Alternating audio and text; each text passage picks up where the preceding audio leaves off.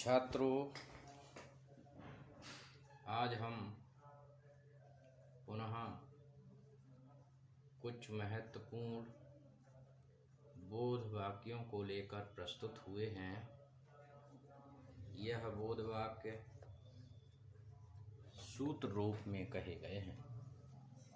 आज हम इन बोध वाक्यों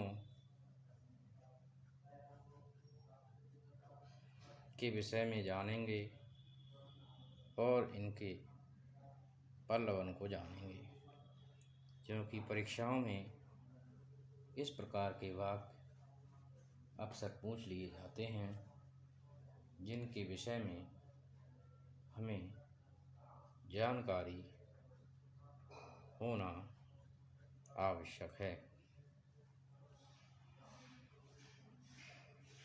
सबसे पहला वाक्य है, अति से अमृत भी विष बन जाता है।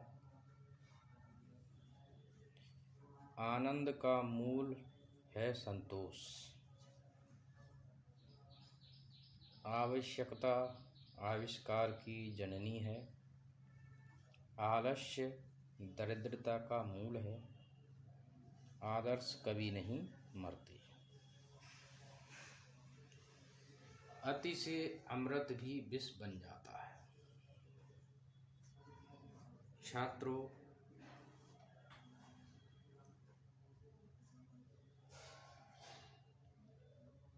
जीवन को संगठित और सुचारू रूप से चलाने के लिए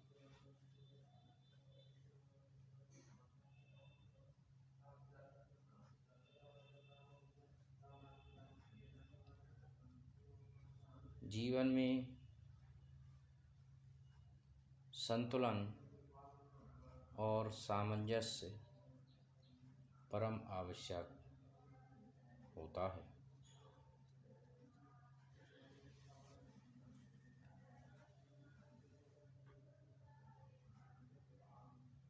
किसी भी चीज की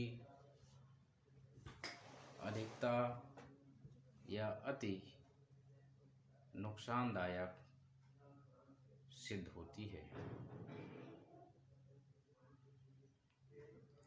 अति हर चीज की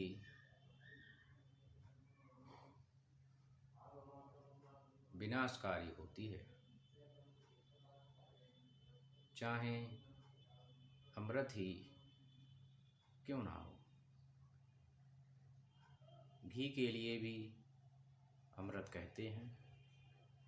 अमृत घी अमृत के समान काम करता है, परंतु यदि उसी घी को अधिक मात्रा में प्रयोग में लाया जाए, उसे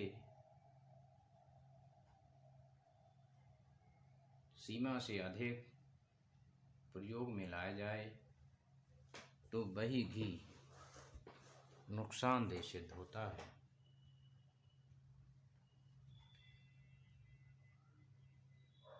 जबकि उसके उचित अनुपात में प्रयोग में लाने पर वह शरीर को बलवान बनाता है, ताकतवर बनाता है, स्वस्थ बनाता है। इसी प्रकार से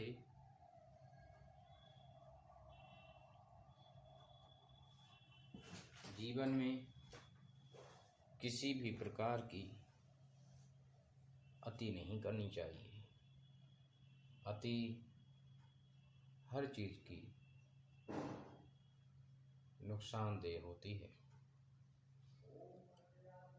इसी बात को कहा भी गया है कि अति का भला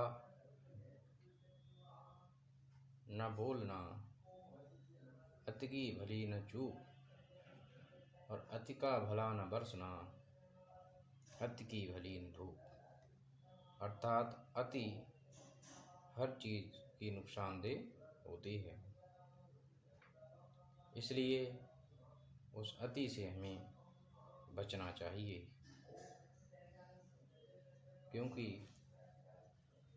जल भी अमृत के समान होता है, और यदि जल की बिल्कुल भी बरसात न हो तब भी यहाँ पर विनाश होगा, और यदि जल की अधिकता हो जाए तब भी यहाँ विनाश होगा। तो हर दृष्टि से अति नुकसानदेह होती है। उसके बाद अगला बिंदु है कि आनंद का मूल है संतोष। छात्रों,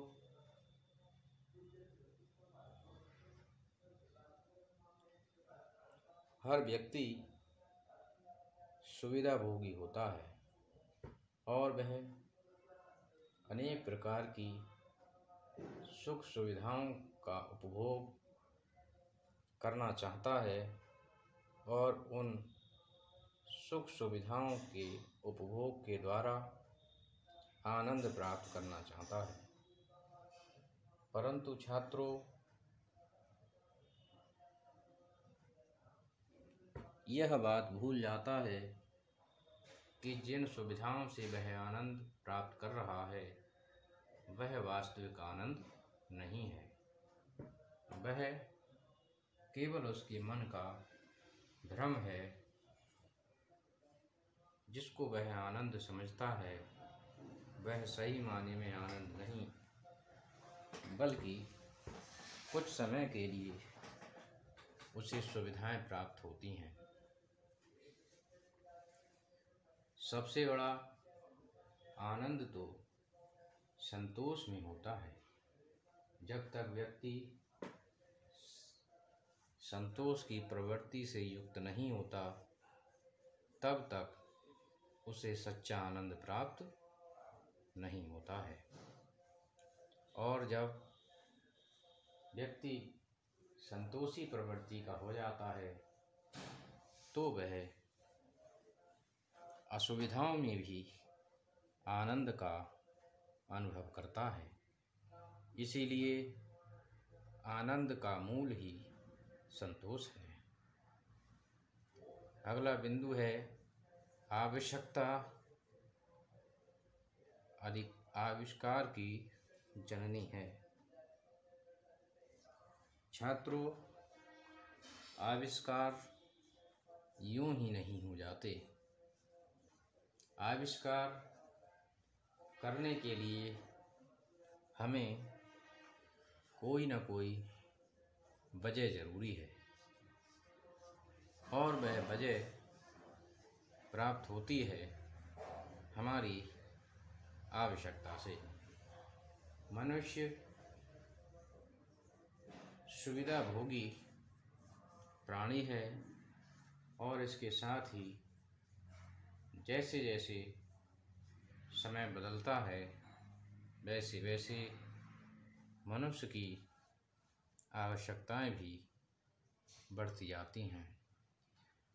जैसे जैसे मनुष्य की आवश्यकताएं बढ़ती हैं वैसे वैसे उन पर आवश्यकताओं की पूर्ति के लिए अनुसंधान कार्य शुरू हो जाते हैं, और उन अनुसंधान कार्यों के फलस्वरूप नए नए आविष्कार होते हैं।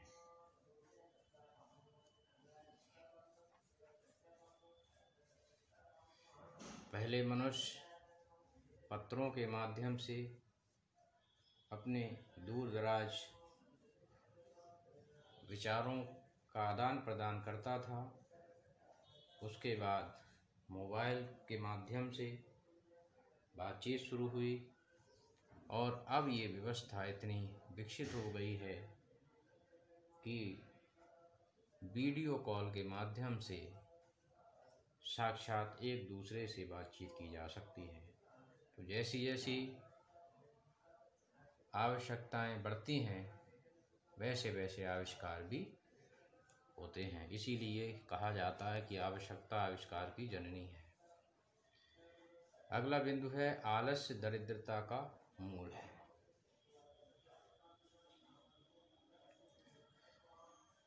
छात्रों, कोई भी व्यक्ति दरिद्र नहीं होता, परंतु उसके कर्म उसे जरूर दरिद्रता की श्रेणी में लाकर खड़ा कर देते हैं। क्योंकि इस संसार में कर्म को प्रधान बताया गया है कि कर्म प्रधान विश्व रचि राखा, जो जस कर्म तै सोई फल चाखा। अर्थात जो व्यक्ति जिस प्रकार का कर्म करता है उसे वैसा ही फल की प्राप्ति होती है। जो लोग मेहनती होते हैं वे लोग धन अर्जित करते हैं और लाभ प्राप्त करते हैं, परंतु जो लोग आलसी प्रवृत्ति के होते हैं, कामचोर होते हैं, और जो कामचोर होते हैं वे हमेशा दरिद्र रहते हैं, गरीब रहते हैं। इसीलिए कहा जाता है कि आलस्य दरिद्रता का मूल है। उसके बाद अगला बिंदु है आदर्श कभी नहीं मरते। आदर्श कभी नहीं मरते। छात्रों, इस संसार में न जाने कितने लोग जन्म लेते हैं और मर जाते हैं, परंतु उन्हें कोई नहीं जानता। लेकिन कुछ लोग ऐसे होते हैं जिनके मरने के बाद भी उनको हमेशा याद किया जाता है।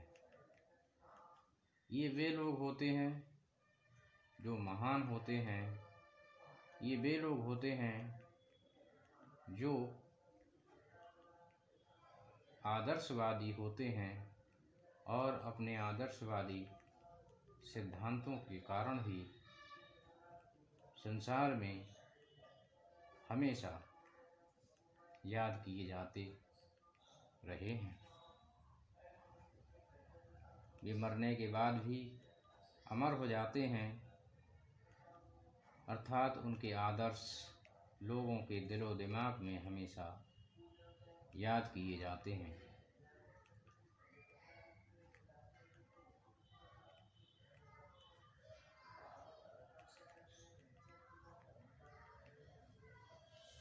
पुरुषोत्तम श्री राम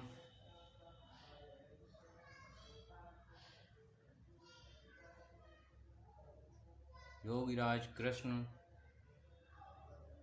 तथागत गौतम बुद्ध, गुरु नानक देव, संत कबीरदास, स्वामी विवेकानंद, रामकृष्ण परमहंस,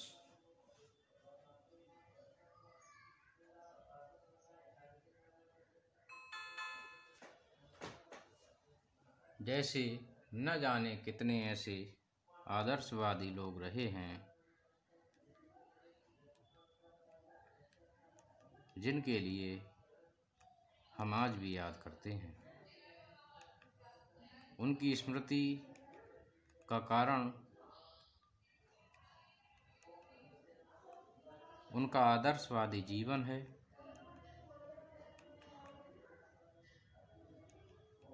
इसीलिए कहते हैं कि आदर्श कभी नहीं मरते। तो मैं समझता हूँ छात्रों कि आपने इस विषय को समझा होगा। धन्यवाद।